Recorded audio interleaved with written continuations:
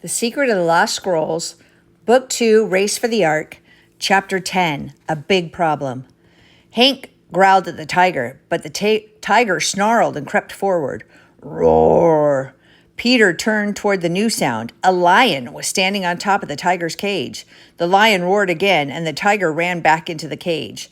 Then the lion leapt down and walked back into his own cage. Peter slammed the door shut. I see why they call you the king of the beasts. Peter's heart was still pounding as he climbed into bed. It seemed like just a few minutes until Peter heard a cock-a-doodle-doo echo through the ark. Is it already time to get up? Asked Mary. Peter opened the door and held his nose. Yuck, what is that smell? What do you think it is? Said Mary. All these animals have to go to the bathroom somewhere. Jephthah walked up to Peter and handed him a shovel. You are with me on cleanup duty. Peter gagged. I hope this doesn't take very long. Jephthah's wife walked toward them. Mary, you can come with me. We're going to collect some chicken eggs for breakfast. Mary waved as they walked up the ramp. Have fun. Peter shook his head. Why did Mary always get the easy jobs? Jephthah opened the first cage and shoveled out the mess. He walked all the way to the door of the ark and threw it out. This is going to take forever, said Peter, but I have an idea. What? Said Jephthah. Do you have a big box and wheels and 2 poles? Yes, said Jephthah, in the shop. Let's go, said Peter. Within a few minutes, Peter had made a wheelbarrow. What does it do? Said Jephthah. Peter put it on the floor and rolled it around. You can shovel the mess in here, then I can go roll it and dump it outside. Jephthah seemed impressed. After that, cleanup duty didn't take as long. After breakfast, it was time to feed the animals. With so many animals, it took all day. Before they went to bed that night, Noah said, Let's sing praises to God.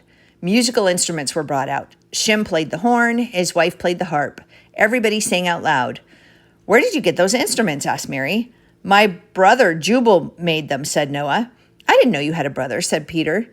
Noah's shoulders slumped. Yes, but he died several years ago. He was one of the last people who had faith in God. Shem's wife strummed the harp. We remember him by playing music. The sun went down, and Peter and Mary and Hank went to bed. Peter wrote in the journal, Day 4, Mary is getting all the easy jobs. I was stuck on cage cleaning duty. Elephants and hippos make a big mess, if you know what I mean. I think the ark is almost ready. It was fun to sing with Noah's family. I'm glad they're keeping music alive. The next morning, cock-a-doodle-doo echoed through the ark again. That rooster is getting on my nerves, said Peter. At breakfast, Peter asked something he'd been thinking about. Noah, how did you know how to make the ark the perfect size for all of these animals? God told me, said Noah. He said to build it 300 cubits long, 50 cubits wide, and 30 cubits tall. What's a cubit? Asked Peter. Mary put down her bread. A cubit is an ancient measurement. Who are you calling ancient? Said Noah. I'm only 600 years old. Everyone laughed. A cubit is about 16 inches, said Mary. So that means the ark is about 450 feet long, 75 feet wide, and 45 feet wide. Peter shook his head. How do you know that? I read it in a book called Ancient Measurement. How do we measure up? Said Mary. Of course she did, thought Peter. I guess God knew what he was doing, said Peter. I did everything God told me, Noah said. You can trust God. Peter was amazed how much Noah and his family trusted God, especially since no one else in the world did. Peter, Mary, and Hank spent the day checking to make sure all the animals were in their cages. We have another big problem, said Mary. There's only one wolf, the female. Why is that a big problem? Said Peter. Remember the book I showed you at Great Uncle Solomon's house? Peter nodded. All dogs come from wolves, said Mary. Peter stared blankly.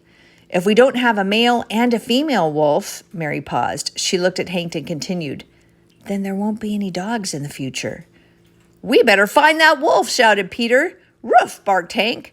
Peter searched from one end of the ark to the other. He looked behind every cage and under every table. There was no other male wolf. Before going to sleep, Peter wrote in the journal, Day 5, we have to find that male wolf. If we don't, there won't be any dogs in the future. That means no Hank.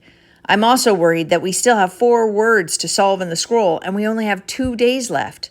Blank God, blank will, blank blank.